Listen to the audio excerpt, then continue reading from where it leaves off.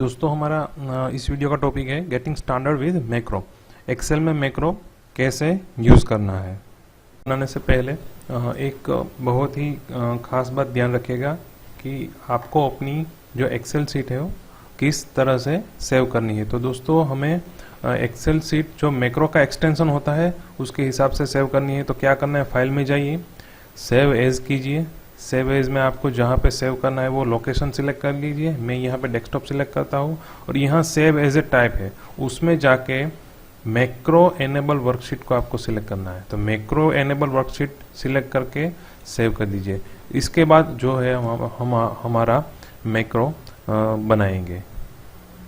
तो ये हमने एक एक्सेल शीट बनाई है जिसमें हमें वीकली टेस्ट का रिजल्ट जनरेट करना है।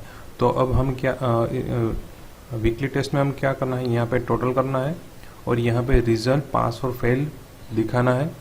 और जो फेल है उसके फॉन्ट है वो उसका बैकग्राउंड है वो रेड कलर का हमें करना है। तो ये टास्क हमें एवरी वीक करना है।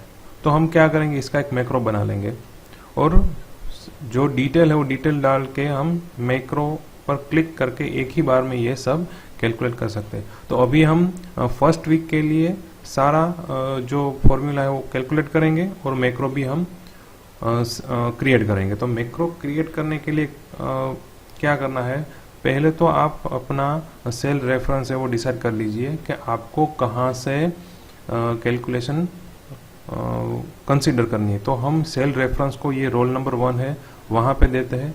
फिर व्यू में जाइए, मैक्रोस, उसमें use relative reference, use relative reference को पर क्लिक कर दीजिए ताकि वो ऑन हो जाए। और फिर रिकॉर्ड मैक्रो, यहाँ पे हमें मैक्रो रिकॉर्ड करना है। यहाँ पे मैक्रो का नाम दे दीजिए। हम यहाँ पे मैक्रो का नाम देते हैं कैल्क।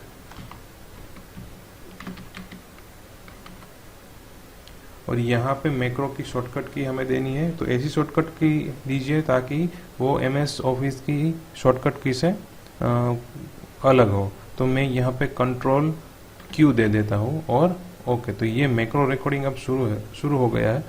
अभी जो भी टास्क परफॉर्म करना है वो हम टास्क करेंगे। यहाँ पे हमें टोटल करना है तो हम यहाँ पे टोटल कर देते हैं।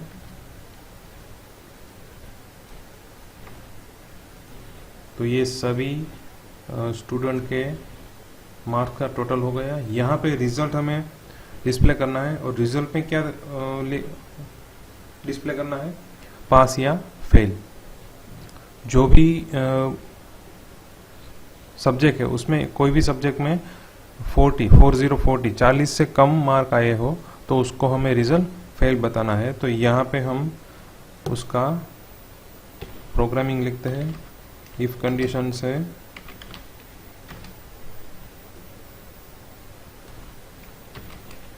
तो ये 40 से कम अगर होगा तो हमें लिखना है फेल, और जो 40 से कम नहीं है तो हमें लिखना है पास।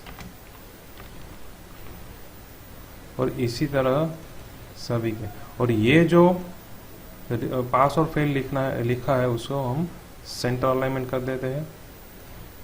और यहाँ पे जितना भी फेल लिखा है उसको हमें बैकग्राउंड रेड करना है। तो यहाँ पे हम इसको सिलेक्ट करके उसको कंडीशन फॉर्मेटिंग देंगे। कंडीशन फॉर्मेटिंग में न्यू रूल्स में जाके हमें यहाँ पे फॉर्मेट ओनली वैल्यूज दैट और अबव और बिलो, यहाँ पे क्लिक करके format only cells that contain, यहाँ पे जाके हमें यहाँ पे इक्वल टू सेल की वैल्यू क्या होनी चाहिए, जो सेल की वैल्यू फेल है उसका फॉर्मेटिंग क्या होना चाहिए, उसका फॉर्मेटिंग फॉन्ट उसके वाइट कलर के होने चाहिए और उसका फिल है मतलब बैकग्राउंड है वो रेड कलर का होना चाहिए और ओके। तो यहाँ पे जितने भी जहाँ भी फेल आएगा उसमें बैकग्राउंड रेड कलर का हो जाएगा। मानो ये पास है और शायद इसको हम फेल कर दे तो उसका बैकग्राउंड अपने आप से रेड आ जाएगा। तो ये हमारा मैक्रो खत्म हो गया। तो ये मैक्रो ख़त्म हो गया। उसको हम मैक्रो जो रिकॉर्डिंग शुरू है उसको हम स्टॉप कर देते हैं, ये स्टॉप मैक्रो। तो ये हमारा मैक्रो सेव हो गया। अब हम नेक्स्ट वीक में फिर से एग्ज़ाम कंडक्ट करते हैं तो यहाँ पे हम नेम कॉपी पेस्ट कर लेते हैं और सभी के मार्क जो है वो हम एंटर कर लेते हैं।